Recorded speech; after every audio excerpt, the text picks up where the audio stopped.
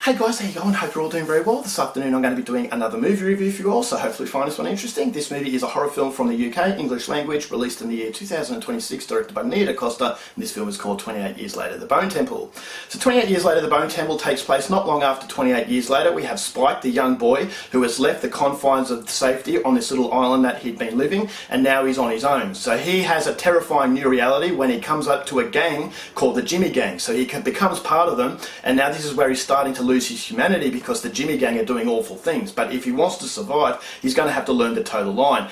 We also have the story of Dr. Kelson, who has found a subject that gives him hope that maybe not all is lost for humanity's future. So both stories are going to collide in what is a very harsh and unforgiving story, and what happens at that point on is something you're going to have to find out for yourself, because that's as far as I'm going with my synopsis. Now my thoughts on 28 Years Later, The Bone Temple. I was really excited to see this movie. When I actually heard that the first film, 28 Years Later, was coming out, I was absolutely beside myself. This is a movie that I've been waiting for so long, and when that film came out, it was a very divisive film. A lot of people didn't like it, a lot of people really liked it, and I absolutely loved it. And I love the fact that Danny Boyle and Alex Garland reunited for that movie, and it gave me throwbacks to the first 28 Days Later. When I saw 28 Days Later, I was completely blown away. That was definitely one of the best zombie/infected horror films of all time. And so when I saw 28 Years Later, I had glimpses of that excitement that I had in the very first movie.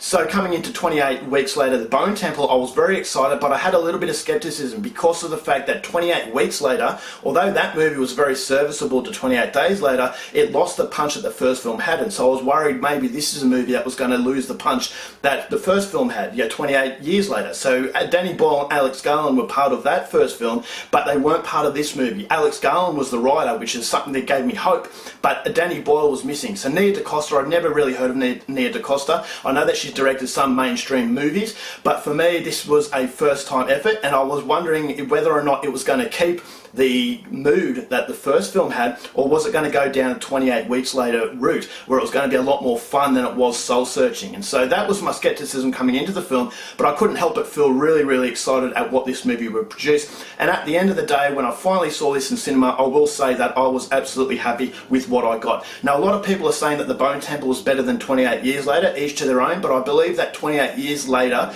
was slightly better for reasons that I'll go into a little bit later. But what I loved about this movie is that it kept the level of humanity. When it comes to zombie/infected films, it's very easy to demonise those that are infected. It's more about how the survivors are going to survive, and that these infected are lost, and that when they get killed you don't feel anything. But this movie, along with 28 Years Later, dares to be different. It dares to give you that sense of humanity that is lost within circumstances. And so that was something that I absolutely love. Not one character in this movie is demonised to a point where you don't feel sorry, because in a different world and a different environment, these people could have been completely different. And so you know that it was the circumstances, you know that it was the event of this rage virus that has changed everything. And this is something that you can apply in real life, whether it was coronavirus, when everyone was behaving really bizarrely, fighting over toilet paper, all these very strange stories that you hear. This is something that a normal human being wouldn't do in normal circumstances, but because these circumstances are extreme, fear creates that sense of panic, and when panic occurs, you're not yourself. And so it's a victim of circumstances, and this is what 28 Years Later and 28 Years Later Bone Temple do so well. It paints humanity in a way that is very tragic, but it also gives you hope that humanity is not lost. And so if you're going through something really bad in your life and you feel as though all hope is lost, these movies actually give you that insight that if you keep going, if you keep soldiering forward and really fighting against the negativity, there is a little bit of hope. And so giving the viewer hope in this movie, I thought was a really brilliant idea, is that it could have demonized the infected to a point where you want to see them get killed, but the way that this movie goes about its business in painting these characters, even the demonized characters, I thought was fantastic. So this is a film that is a lot more brutal than the first movie. It's a very nasty film, and it shows you that it's not only infected in times of extremity that you have to worry about, it's other human beings. And because of that fear, it's creating these monsters within. And so I thought, alright, this time we've got the infected, but we've also got human beings doing horrible things, especially the Jimmy Gang.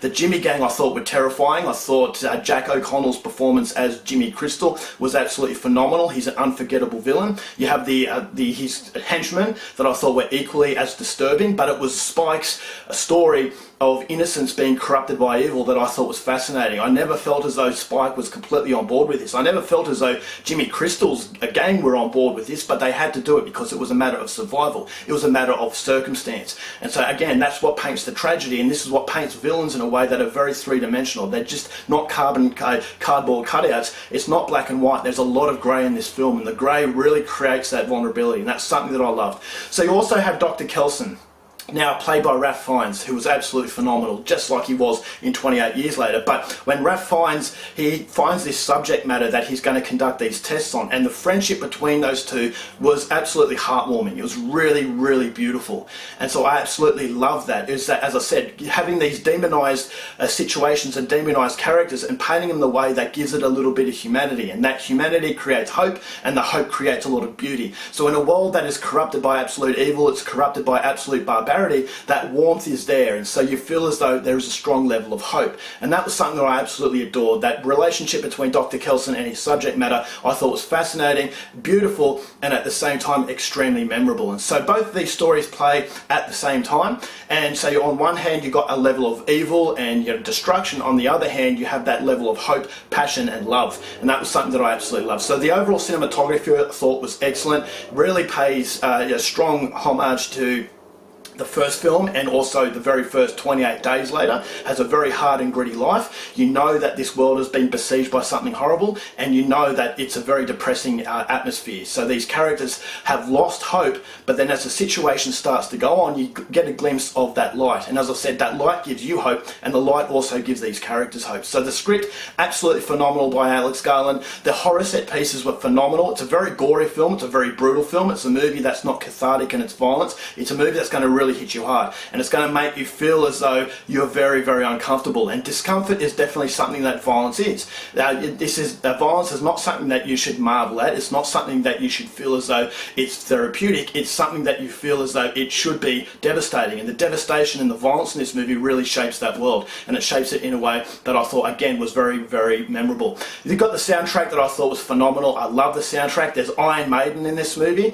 Now Iron Maiden in this particular scene, it's probably one of my favourite scenes of all time. I'm not going to give anything away, but Iron Maiden are one of my favourite bands, and the scene in that movie was absolutely unforgettable. So there's a lot of unforgettable moments in this movie that just makes it really something that I would highly, highly recommend if you are into this kind of thing. It is very brutal. It's actually quite suspenseful. There's some pretty scary set pieces, but there's a lot of beauty to the movie. So it's not just a standard two-dimensional horror film. It's a horror film that gets you on a lot of levels, an emotional level, and it also gets you on the visual sense of something is wrong, and also that sense that okay, I'm on a very, very thrilling ride. So it does have levels of entertainment, but I felt as though it was something so much stronger than just a follow-up to for example 28 Days Later, where 28 Weeks Later was good, but it was a lot more action, it was a lot more entertaining, whereas this movie kept the feeling that the first 28 Years Later had, and that's something that I feel so thankful for. So it's definitely highly, highly recommended. The continuity was fantastic,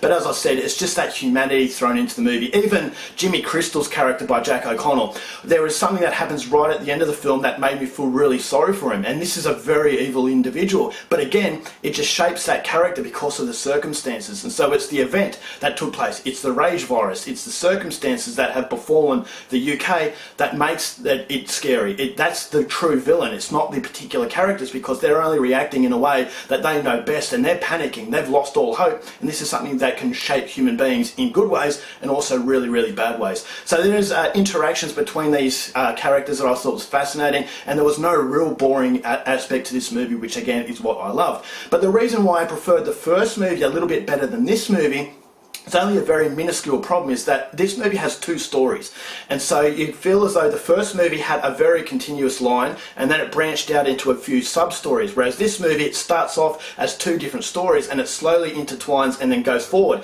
But unfortunately, when these stories are being told separately, I always felt as though I wanted to know more, and so both stories are as good as each other, thankfully, but when I saw one story, it cuts through to the other story and I wanted to know more about that story. It kind of keeps you on a cliffhanger, and then it goes back to the other story, story, and then that story goes along and it keeps you on a cliffhanger and it goes back to the other story. So it felt like episodes of a show that were, you know, coming together as a film, and I felt not frustration, but I just felt as though it was a little bit disjointed to some degree because of the fact it kept going from one to one. But when it all comes in together, I thought that's where it really evolves into something really, really special. So that's a very minuscule problem in what was an absolutely unforgettable experience. The 28 years later, the Bone Temple, yes, it is worth the hype. It is a fascinating look into humanity in extreme times. If it sounds like your kind of thing, go out there and see it. I'm going to give this film 4 stars. Alright guys, that's it for my review. Hope you enjoyed it. Till next time, keep watching movies, and I'll see you later. Bye.